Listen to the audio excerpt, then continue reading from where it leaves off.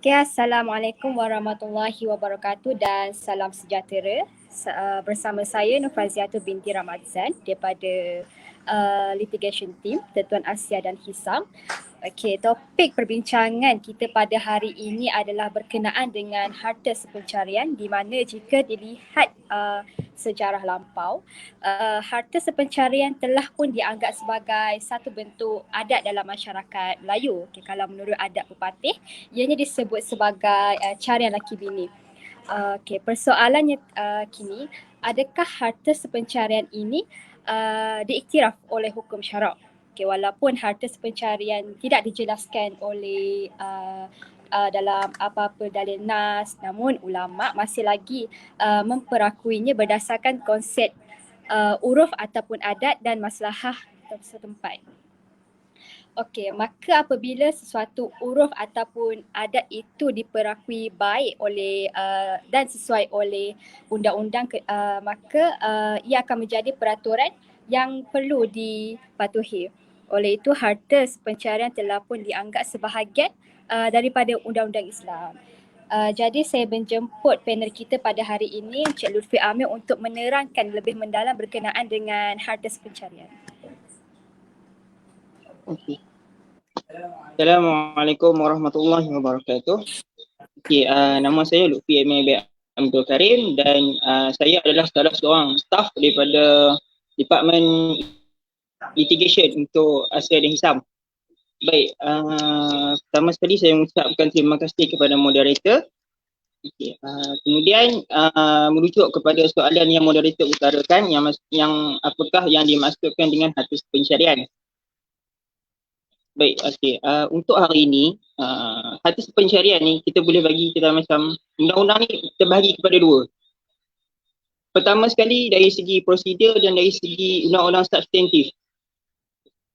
Okey, harta pencarian ni adalah salah satu daripada undang-undang substantif yang mana undang-undang substantif ni dia ada banyak. Dia ada nafkah, dia ada harta pencarian, dia ada cerai. Maksudnya undang-undang yang melibatkan hak-hak individu ataupun peribadi. Dan dia juga kaitan dengan hukum-hukum lah. Okey, so hari ini topik yang pihak kami nak bincangkan ataupun nak bagi talk lah santai-santai untuk petang ni adalah topik harta pencarian.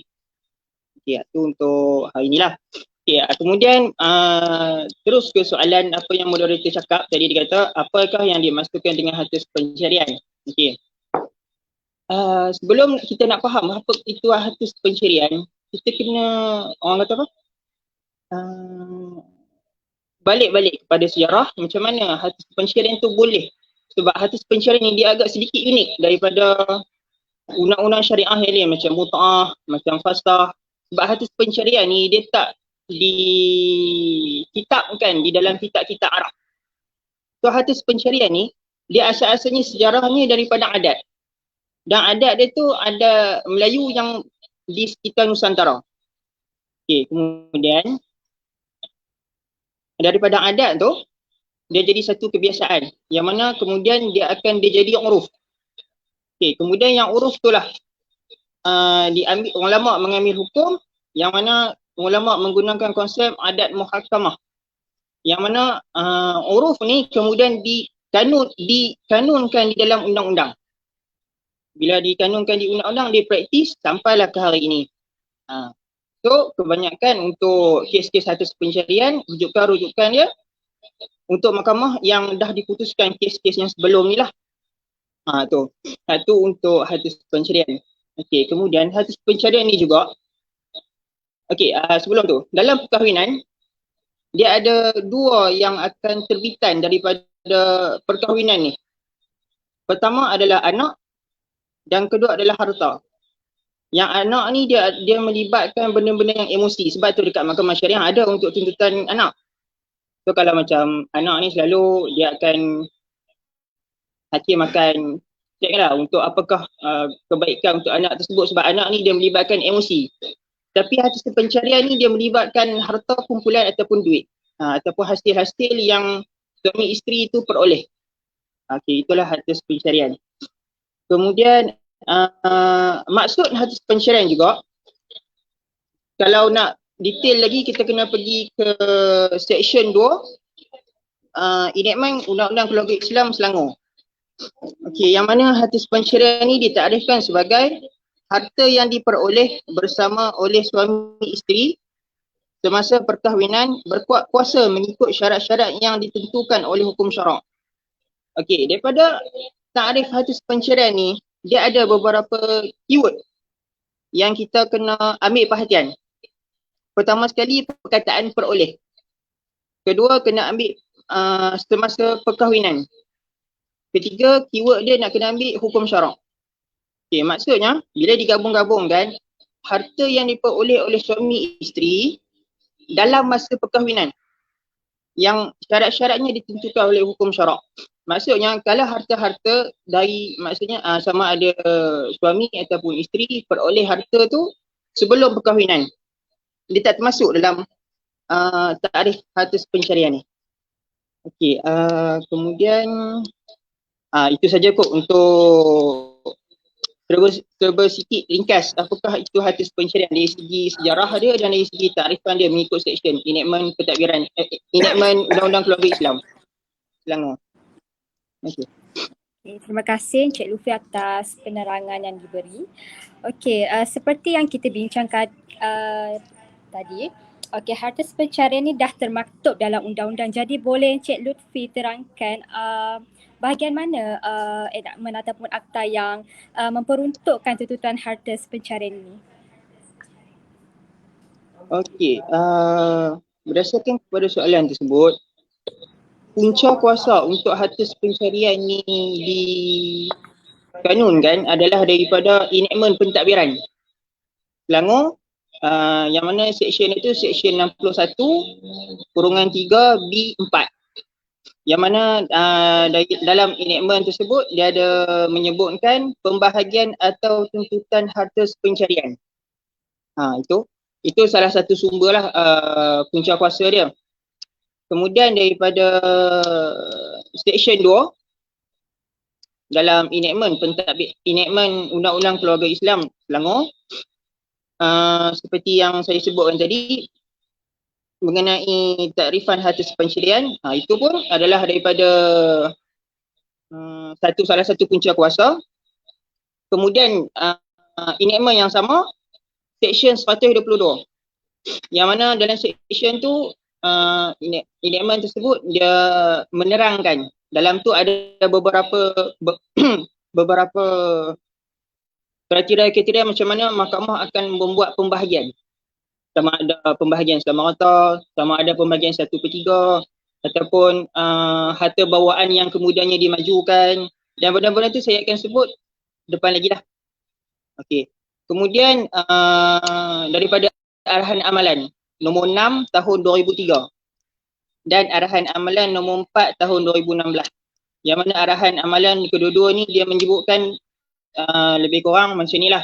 Harta pencarian ni boleh untuk sama ada suami ataupun isteri nak buka kes di tempat yang dia bermastatin ataupun tempat yang dia permohonan cerai dia dulu.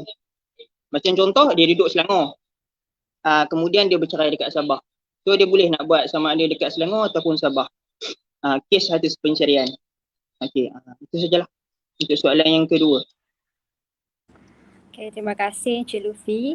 So tadi Encik Lufi dah terangkan berkenaan dengan maksud harta pencarian. Lepas tu harta pencarian ni kalau ikutkan dalam akta undang-undang yang mana, and then arahan amalan nombor berapa. Okay, seterusnya mungkin penonton kita pada hari ini ramai nak tahu dan ramai keliru. Sebenarnya harta pencarian ni kita nak tuntut dekat mana?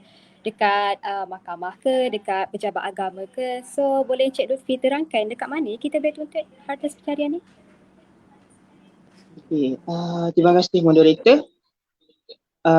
Okey, untuk tempat sama ada suami ataupun isteri untuk buat tuntutan harta pencarian ni, dia buat di Mahkamah Tinggi.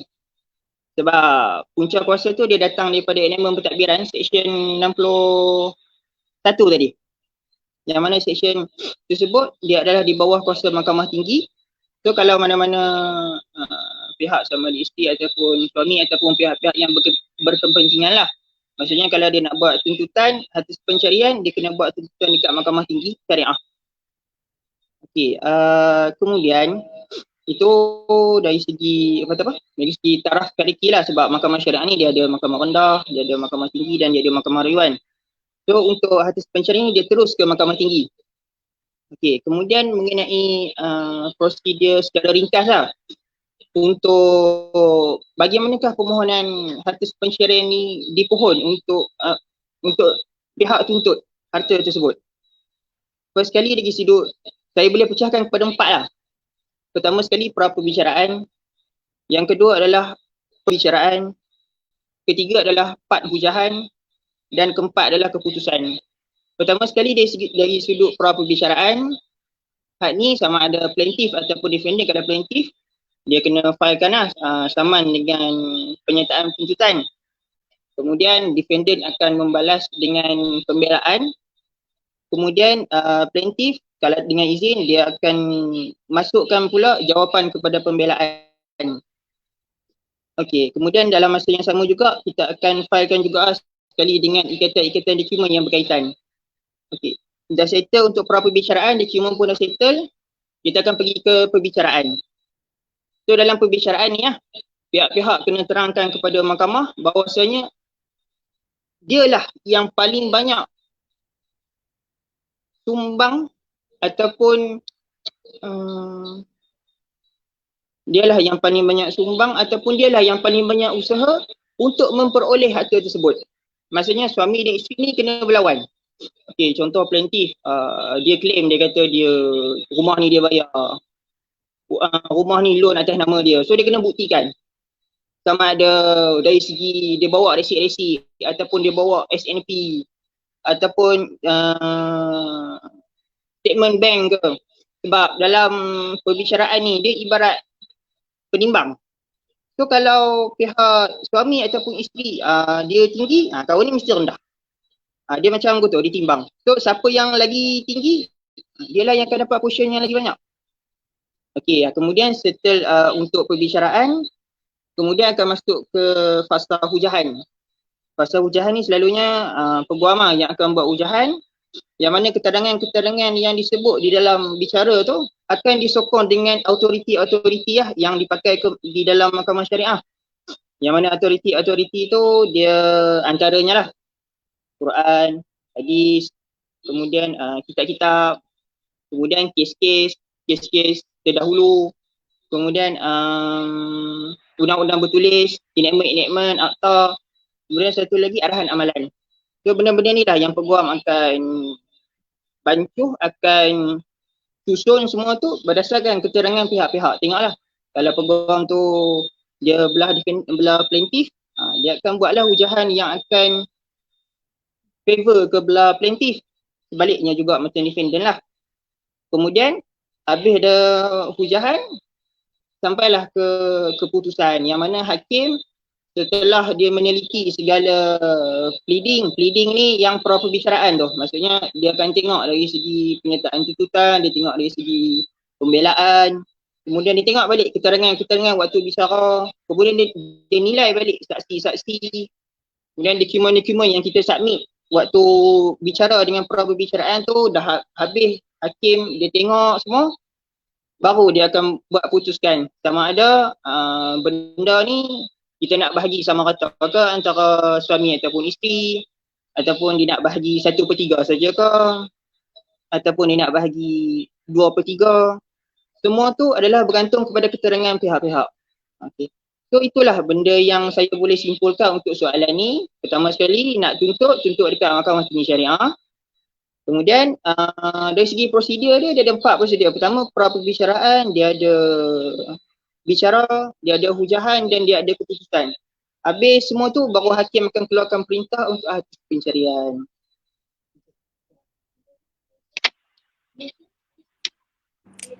Terima kasih Encik Lutfi, perkongsian dan penerangan yang sangat jelas dan bermanfaat. Okey, secara ringkasnya harta sepencarian ni boleh dituntut di Mahkamah Tinggi dan bila kita nak tuntut semestinya ada beberapa dokumen yang kita kena sediakan, iaitu saman, penyertaan tuntutan dan lain-lain dokumen yang mahkamah minta. Okey, seterusnya selain tu boleh Cik Lutfi terangkan siapa yang boleh tuntut dan bila pihak-pihak boleh tuntut harta pencarian. Baik. Baik. Terima kasih moderator atas soalan tersebut. Okey, berkenaan soalan siapakah dan bilakah pihak-pihak boleh menuntut harta pencarian. Okey, untuk soalan siapakah tu adalah sama ada suami ataupun isteri lah. Sebab harta pencarian ni adalah harta-harta yang pihak-pihak peroleh dalam perkahwinan. So paling layak untuk menuntut harta pencarian tu sama ada suami ataupun isteri lah. So tak kisahlah siapa-siapa yang filekan pun dekat Mahkamah Tinggi. Okey, kemudian soalan tentang bilakah boleh buat harta pencarian ni. Okey, saya boleh bahagikan benda tu kepada 3 benda lah. Pertama, semasa ataupun selepas penceraian. Itu adalah salah satu keadaan yang mana pihak-pihak boleh tuntut. Macam contoh, pihak-pihak tu dah kahwin dah dalam masa 10 tahun, dan 10 tahun tu pihak-pihak juga ada beli rumah, ada beli kereta, ada beli motor. Kemudian dalam masa usia mereka 10 tahun saja berkahwin, kemudian pihak-pihak cerai. So bila pihak-pihak cerai, rumah, kereta dengan motor tadi tu adalah harta bersama yang mana-mana mereka berusaha sekali untuk memperoleh harta tersebut. So salah satu pihak boleh mohon kepada mahkamah untuk buat harta pencarian sebab pihak-pihak dah telah bercerai. Okey, itu adalah keadaan pertama. Okey, kemudian untuk keadaan kedua adalah apabila salah satu pihak berlaku kematian. Maksudnya sama ada isteri ataupun suami mati, kemudian dalam harta pusaka tersebut adanya bahagian untuk harta pencarian. Kiranya sebab sebelum harta pusaka tu nak difaraidkan ataupun nak diwasiatkan ataupun nak diwakaf apa semua, harta pencarian kena settle dulu. So benda-benda ni nak kena jelas. So adalah sama ada ahli waris si mati tu lah boleh pergi mohon ke mahkamah untuk buat tuntutan harta pencarian, yang mana harta pencarian tu ada portion dalam harta pusaka peninggalan arwah si mati. Sebab kena ingat, sebelum kita nak bahagikan ataupun kita nak faridkan harta pusaka ni, kita ada nak kena settlekan beberapa perkara dulu kan. First sekali nak kena settle pasal pengurusan jenazah. Kemudian nak kena settlekan dulu mengenai hutang. Sama ada hutang-hutang tu hutang dengan manusia ataupun hutang dengan Allah. Hutang dengan manusia dia kena bayar lah. Dan hutang dengan Allah sama ada macam contoh bayar kafarah ataupun badal haji. Itu adalah hutang dengan Allah. Kemudian kena juga dia nak kena asingkan daripada harta pustaka tu adalah wasiat, kiranya ada wasiat. Kemudian salah satunya lagi adalah harta pencarian. Clear benda-benda ni dulu baru boleh difaraidkan. Okey, itu adalah untuk keadaan yang kedua. Keadaan yang ketiga adalah keadaan apabila suami tu nak poligami.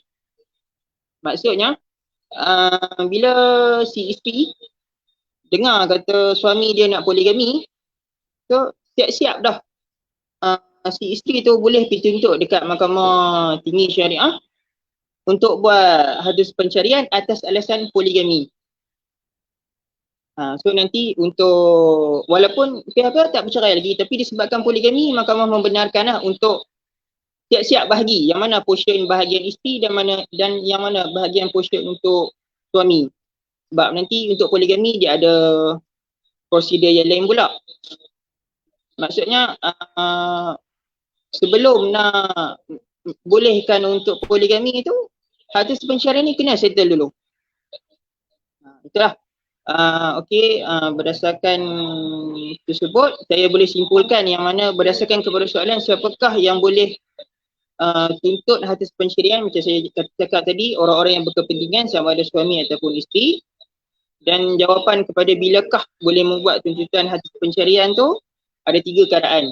Pertama adalah semasa perceraian atau semasa perceraian, selepas perceraian. Yang kedua adalah selepas berlaku kematian. Dan yang ketiga adalah semasa suami ingin pohon poligami. So Itulah sedikit tentang soalan siapakah dan bilakah boleh menuntut harta pencarian. Okay, terima kasih panel kita pada hari ini. So, panel kita pada hari ini dah terangkan secara ringkas bila dan siapa yang boleh tuntut harta pencarian ni. Jadi, boleh Encik panel kita hari ini terangkan perkara apa yang dia ambil kira semasa nak tuntut harta pencarian ni, sama ada sumbangan ke ataupun ada elemen-elemen lain yang mahkamah ambil kira untuk tuntut. Okey, first sebelum kita nak jelaskan ataupun kita nak ini berkongsi lah, jelaskan apakah harta-harta yang boleh dituntut untuk harta pencarian, kita kena faham dulu harta-harta yang tak boleh dituntut untuk harta pencarian dulu. Maksudnya harta ni bukan harta pencarian. Okay. Dia adalah pengecualian lah. Dia ada kat sini ada beberapa ciri-ciri. Yang pertama adalah harta bawaan. Maksudnya sama ada suami ataupun isteri sebelum perkahwinan dia dapat harta.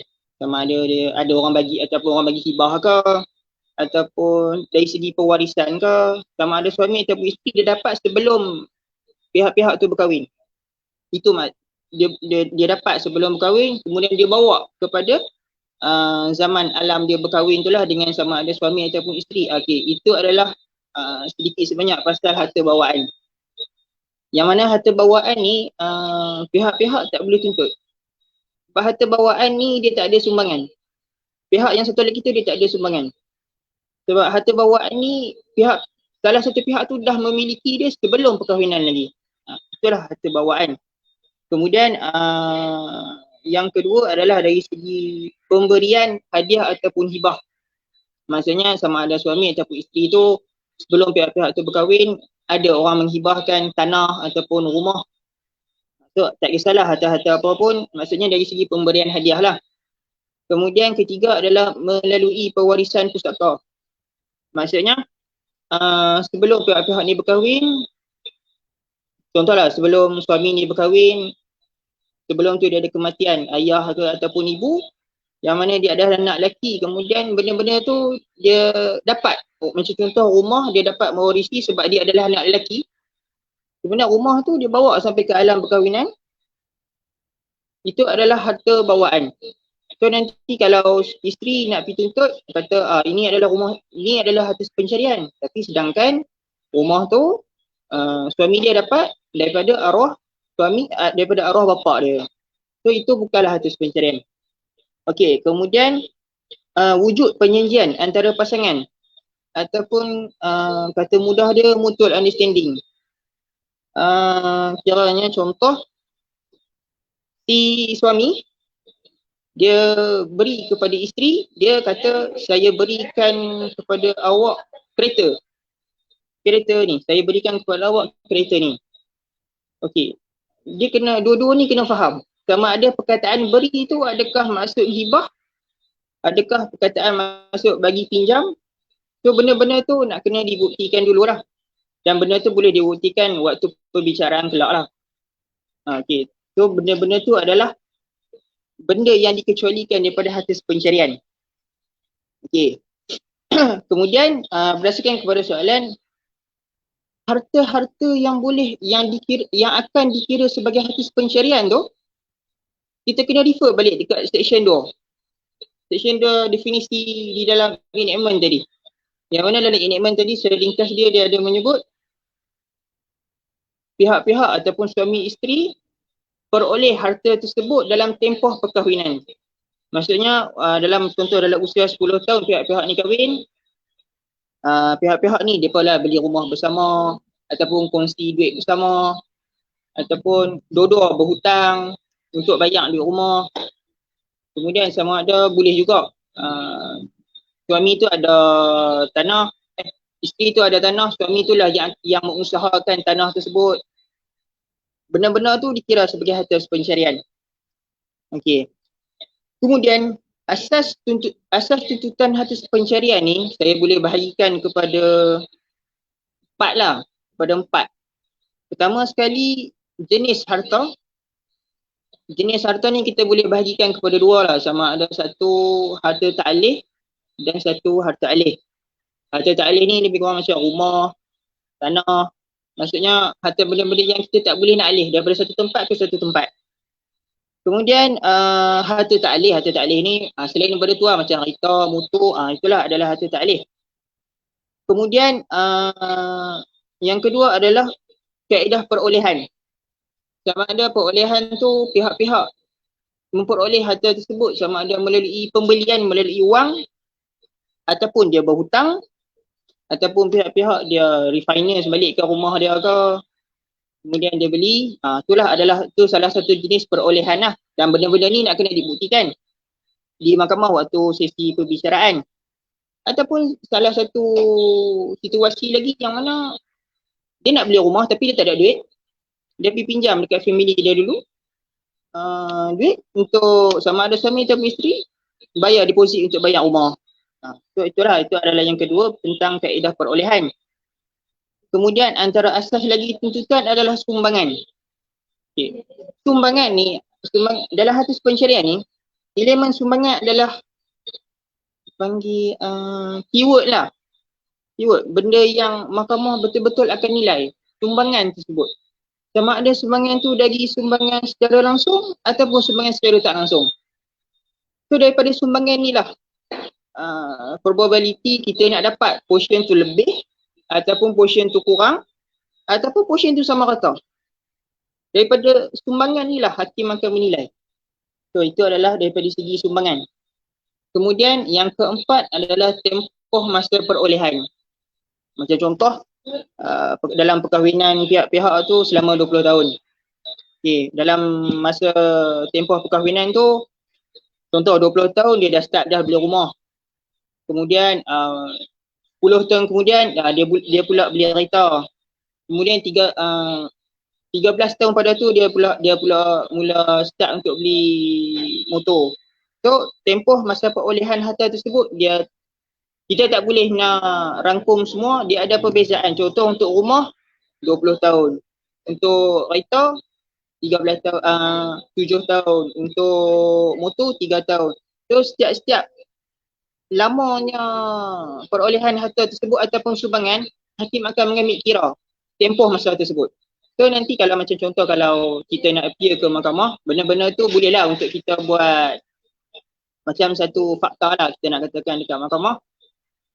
Rumah ni dah pihak-pihak dah peroleh selama 20 tahun dan pihak-pihak juga dah jaga rumah ni dengan seeloknya. Yang mana benda-benda ni hakim akan ambil kira yang mana benda-benda tersebut dia akan memberi kesan kepada portion untuk hakim tentukan kadar di hari keputusan tu nanti. So benda-benda ni sebagai peguam ke ataupun orang ini kena jelaskan. Okay. Kemudian mengenai sumbangan, kita nak kena pergi ke seksyen 122. Sebab dalam seksyen 122 ni dia menjelaskan benda yang macam mana mahkamah akan menentukan kadar untuk kadar pembahagian. Okey, untuk seksyen 122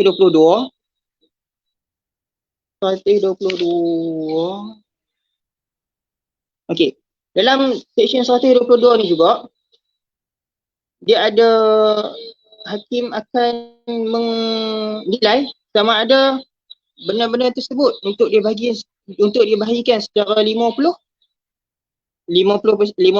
suami ataupun 50 isteri. Itu adalah bergantung kepada usaha sumbangan secara langsung. Yang mana dalam seksyen 122 121 mahkamah ada menjelaskan yang mana dalam seksyen tersebut mahkamah hendaklah mempunyai kuasa apabila membenarkan lafaz talak atau membuat satu perintah perceraian untuk memerintahkan supaya apa-apa aset yang diperoleh pihak-pihak semasa perkahwinan mereka melalui usaha mereka bersama dibahagikan antara mereka atau supaya apa-apa aset itu dijual dan hasil jualan itu dibahagikan antara pihak-pihak. Okey, dalam seksyen 1221 ni dia ada menyebut yang mana usaha tersebut adalah usaha bersama. So, bila usaha bersama dan pihak-pihak yang mana dalam usaha bersama tu, dia bolehlah buktikan kepada mahkamah yang mana mereka sumbangkan ni sumbangan melalui kewangan lah. So, saya boleh cakapkan yang sumbangan bersama ni ataupun sumbangan secara langsung ni adalah sumbangan dari bentuk kewangan. Sama ada pihak-pihak tu dia orang bersama bayar bulan-bulan ataupun pihak-pihak tu dia bersama bayar deposit rumah. Kemudian kalau hakim tengok tu, hakim akan putuskan lah untuk harta macam ni, saya akan, selalunya hakim akan bahagikan 50-50 lah. Okay, itu adalah cara pertama. Okay, kemudian untuk yang pembahagian cara yang kedua pula, itu adalah section yang sama, tapi kawasan section 1, 2, 2, 3. Yang mana dalam section tersebut, mahkamah hendaklah mempunyai kuasa apabila membenarkan lafaz talak atau membuat satu perintah perceraian untuk memerintahkan supaya apa-apa aset yang diperoleh semasa perkahwinan melalui usaha satu pihak kepada perkahwinan itu semata-mata dibahagikan antara pihak-pihak itu atau supaya apa-apa aset itu dijual dan hasil jualan itu dibahagikan antara pihak-pihak itu. Okey, untuk section 122/3 ni, dia lebih kepada sumbangan tak langsung. Sebenarnya sumbangan tak langsung ni suri rumah lah yang akan dapat. Yang mana portion itu kurang lah sikit dalam 1/3 daripada harta tersebut. Pada yang mana sumbangan secara tak langsung ni kita boleh bahagikan ataupun ciri-ciri sumbangan tak langsung ni dia boleh macam bagi contoh memelihara rumah tangga, memasak, menjaga keluarga, membesarkan anak-anak, menjaga hubungan kekeluargaan ataupun dia menjaga rumah tersebut semasa suami dia pergi kerja. Yang mana sampaikan suami dia tu boleh kerja sampai timbulnya ketenangan suami tu untuk bekerja. Dia dah tak fikir dah untuk pasal rumah sebab bini dah jaga dah kat rumah. So benda-benda tu hakim akan kira walaupun dia bukan sumbangan dari segi duit, tapi dari segi tenaga dia, dari segi masa dia, dia dah jaga rumah tu. So bila isteri, dia boleh buktikan kepada mahkamah sama ada dia bawa saksi, kemungkinan berdasarkan kepada seksyen ni, hakim akan membuat penghakiman yang mana isteri tersebut bolehlah untuk mendapat 1/3 bahagian. Okey, itu adalah yang kedua, itu adalah ciri yang kedua. Okey, ciri yang ketiga, dalam seksyen yang sama, 122 tapi kurungan 5. Yang mana bagi masuk seksyen ini sebutan tentang aset yang diperoleh semasa suatu perkahwinan termasuklah aset yang dipunyai oleh suatu pihak sebelum perkahwinan itu telah dimajukan sebahagian besarnya dalam masa perkahwinan itu oleh pihak yang satu lagi atau melalui usaha bersama mereka. Okey, kalau ingat lagi lah. Saya dah brief secara ringkas tadi, harta-harta yang tidak termasuk harta pencarian adalah harta bawaan. Yang mana harta tersebut sama ada suami ataupun isteri dapat sebelum perkahwinan. Akan tetapi berdasarkan seksyen 1225 ni, maksudnya harta bawaan walaupun dia salah satu pihak tu dia bawa kepada tempoh perkahwinan dan pihak yang satu lagi mengusahakan ataupun memajukan. So asalnya harta bawaan tadi tu dia ada kira harta pencarian sebab dimajukan tu ada sumbangan pihak yang satu lagi. So harta tersebut awalnya adalah harta bawaan kemudian dimajukan. Boleh untuk dijadikan harta pencarian dan pihak-pihak satu lagi tu bolehlah untuk tuntut. So dari segi seksyen 122 ni kita boleh simpulkan lah. Ada 3 benda. Satu sekali pembahagian secara sama rata yang mana usaha tu adalah usaha bersama. Yang mana kalau pihak-pihak berjaya buktikan, hakim akan buat penghakiman untuk 1/2 untuk suami dan 1/2 lagi untuk isteri.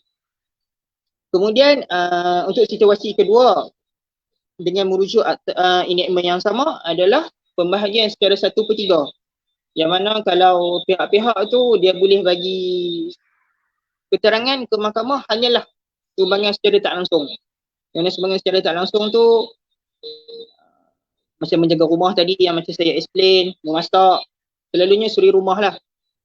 So dia akan dapat 1/3 daripada harta yang dituntut ataupun harta perceraian tersebut.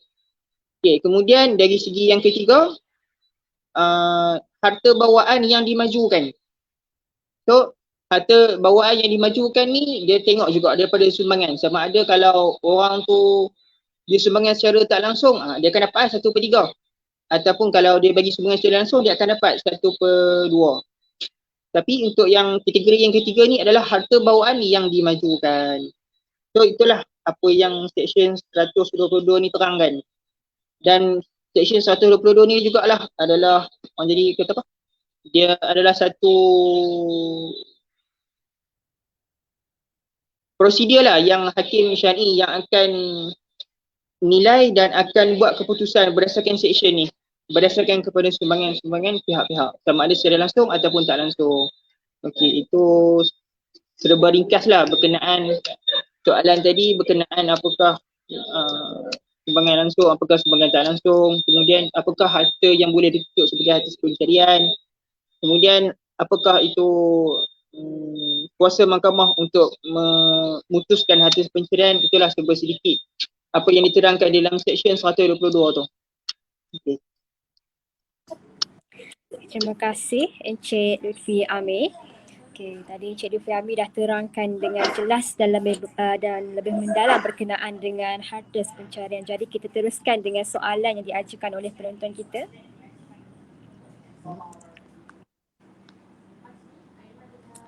Okey, daripada Farid Hilmi, jika perniagaan yang ditubuhkan sebelum perkahwinan namun keuntungannya dirasai bersama sehingga bubar perkahwinan, adakah ianya tidak dikira sebagai harta pencarian?